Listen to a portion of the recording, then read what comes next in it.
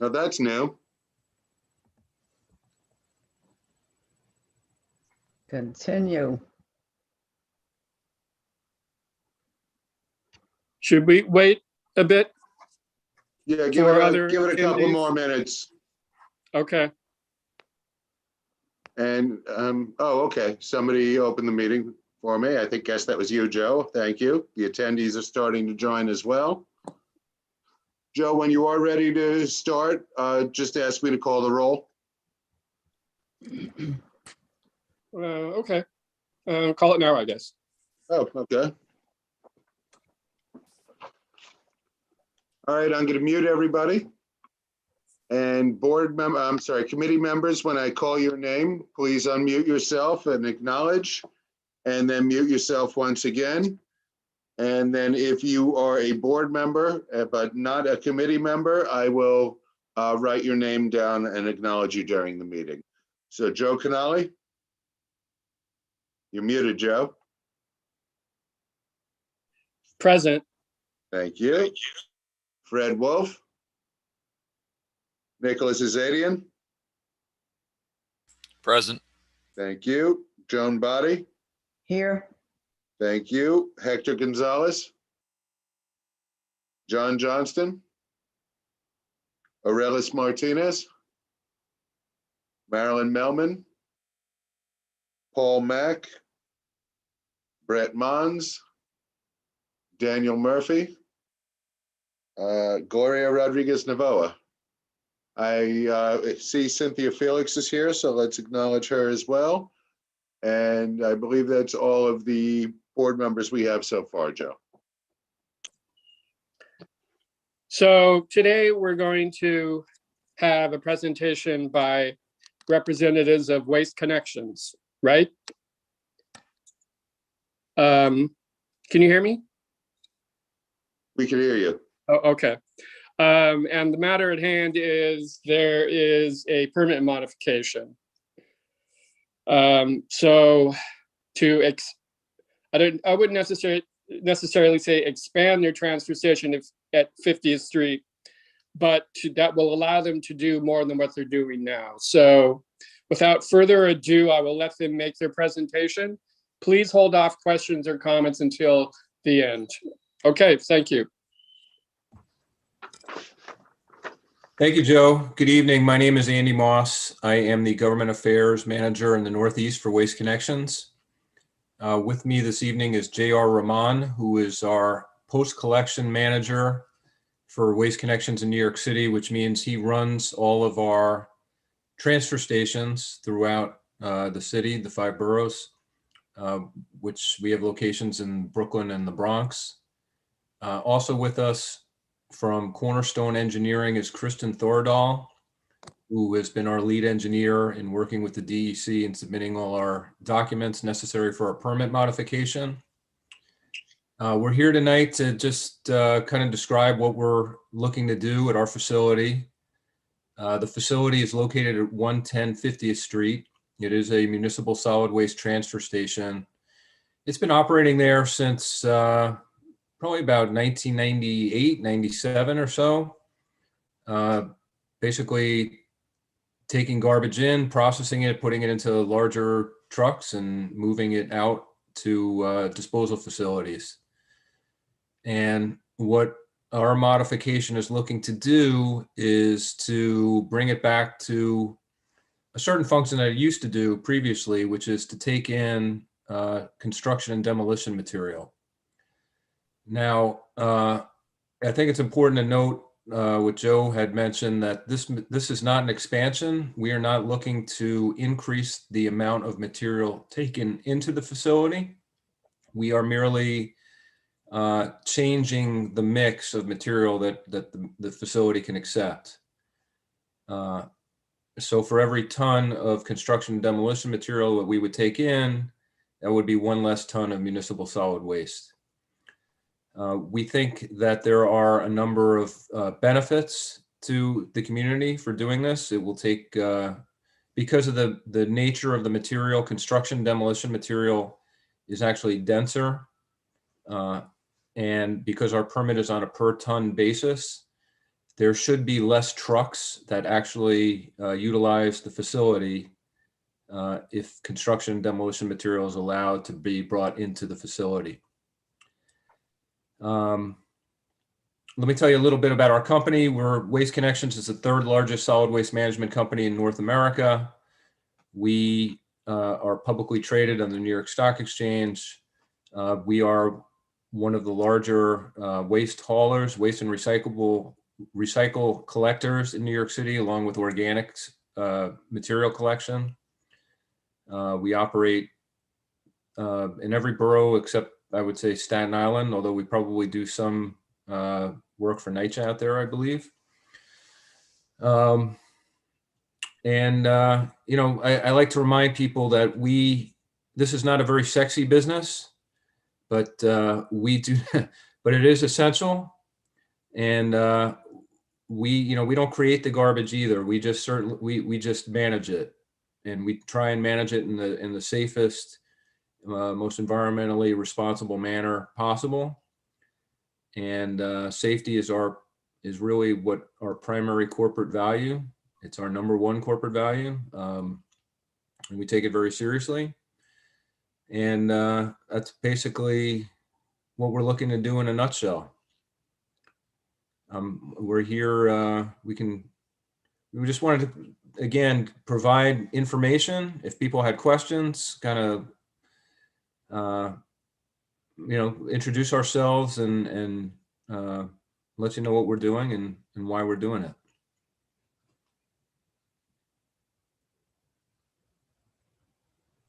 So folks could raise their hands.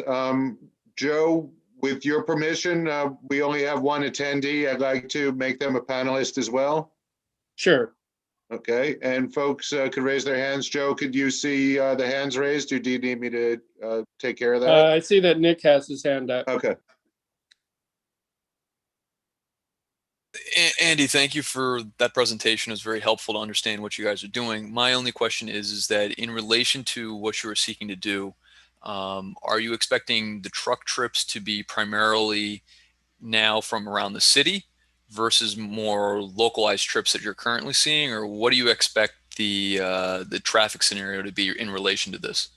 Yeah, that's a really good question. So currently, construction and demolition output or facilities are concentrated in North Brooklyn. So there is really no C&D disposal facilities near our facility. So the way it works now is if there's a demo project or a construction project that requires those services, those trucks have to travel all the way from Sunset Park to North Brooklyn, and you know, increasing truck traffic and you know, more travel on the roads and output of the truck. So this will provide a local facility, and so we think it'll be a service to the local community and the business community in that area. I guess as a question then is, would you not then be drawing from realistically spaces in between those North Brooklyn transfer sites? So would that not necessarily increase the amount of traffic to a certain degree? Well, you know, again, we're limited by our permit, right? So there is truck traffic now. And again, because of the nature of the material, it probably will be less traffic. Just again, because it's on a tonnage basis, right? So if we're bringing in cotton, if there was a cotton ball factory, yeah, the density of cotton is basically none versus the density of drywall, you know, basically hanger rods and whatever else is getting thrown out. Exactly. Yeah, Andy, and also to answer that question, we have a lot of customers come to the facility, but because we don't have a permit to accept that kind of material, you have to turn them away. So they have to travel again from our facility down the road to where they can dispose of that material in a proper way. So that is what we're facing with right now.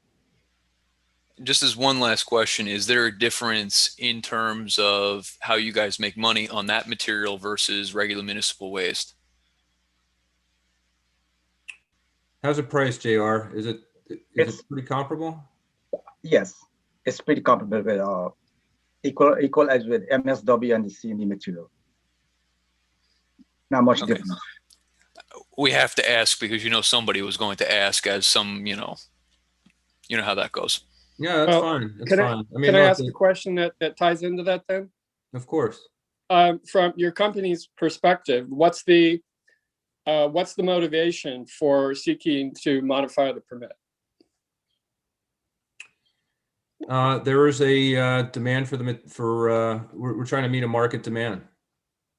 Provide a service Okay. that the market's All right. calling for. Joe, I might have some historical context for that. If you wouldn't mind. No, go ahead.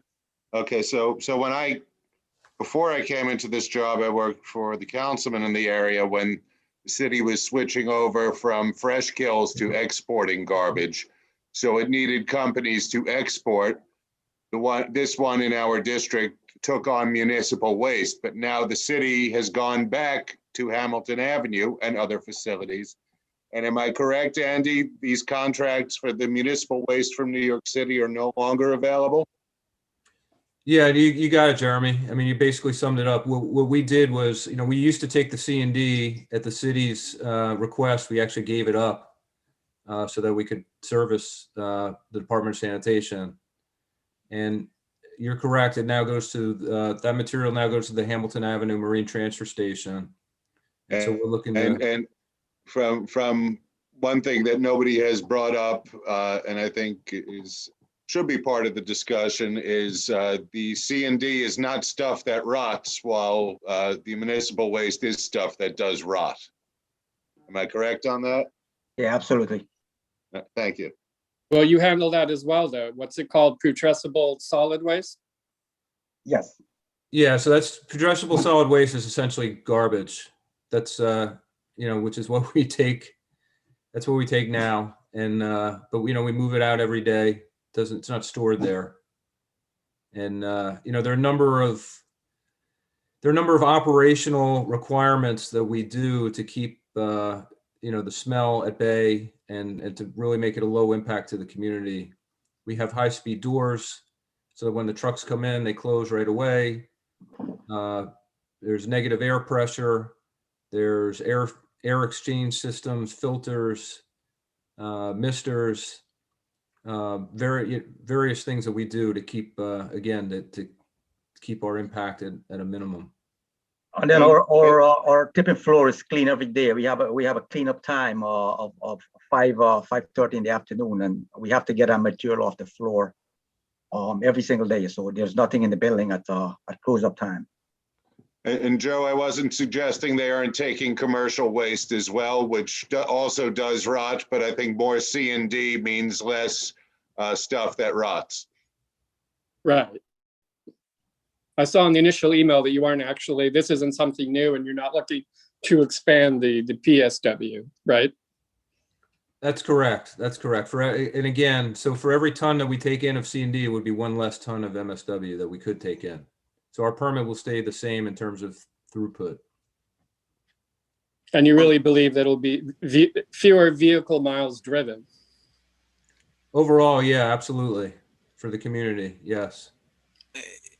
Andy, specific to that point, I mean, as you can probably see, there's two different things kind of going on here. One is, what are you guys doing? So it seems like it would be less quote unquote smelly waste, if you will, and then, trying to focus more on construction debris. The other major concern that we have out of this is really traffic, and specifically you're saying it's less traffic in the area. The major concern is really, less traffic locally.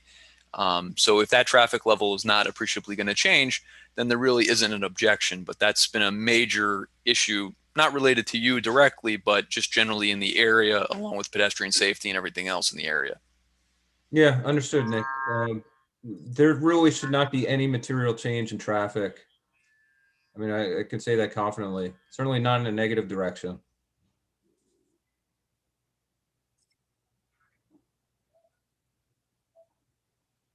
As long as no Folks, continental please factor. raise your hand if you have questions or comments.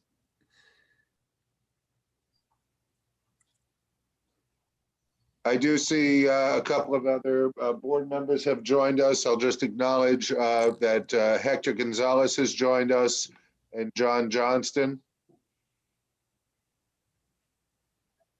Joe, I'm not seeing additional hands up. Okay. So there's a review process still going on. So we are in front of the DEC. We had our environmental justice meeting about a month ago. We've reached out to various stakeholders to offer these types of informational meetings. Mhm. You know, and let me do this. We've been doing this with everyone. If anybody wants to see any of our facilities, JR would be happy to show them around, give a tour, kind of see what goes on and how we operate. We want to be transparent, and you know, if anybody has any issues with anything, the way we operate, you know, we want to do a better job. This is part of our Better Job in Outreach program. So, you know, we want to get to know our community, and so that if there are any issues or anybody's experiencing anything, they can call us and we can have a conversation.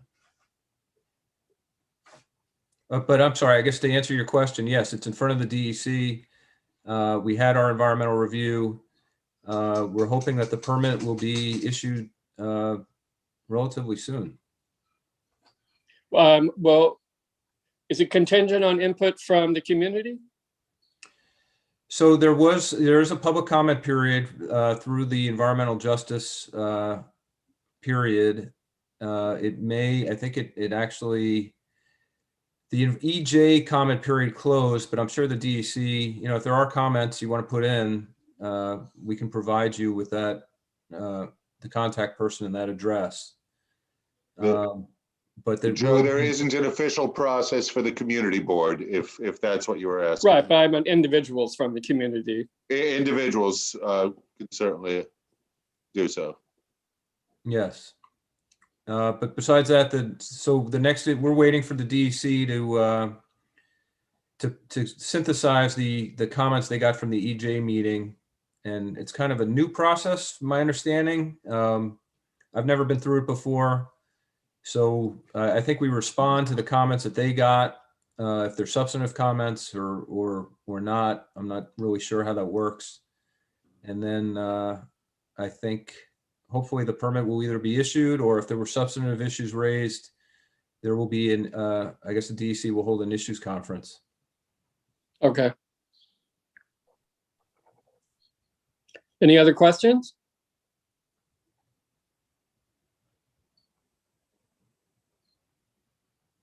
Okay. Well, I want to thank you for making your presentation and reaching out to the community board.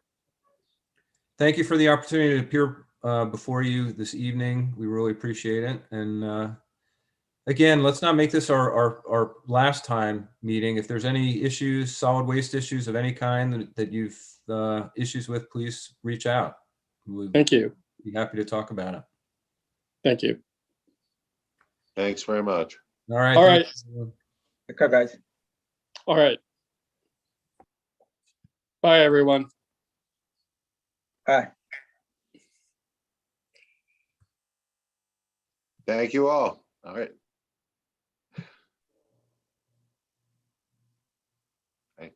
No gavel bang. Thank you. Have a good night, Have a everybody. great day.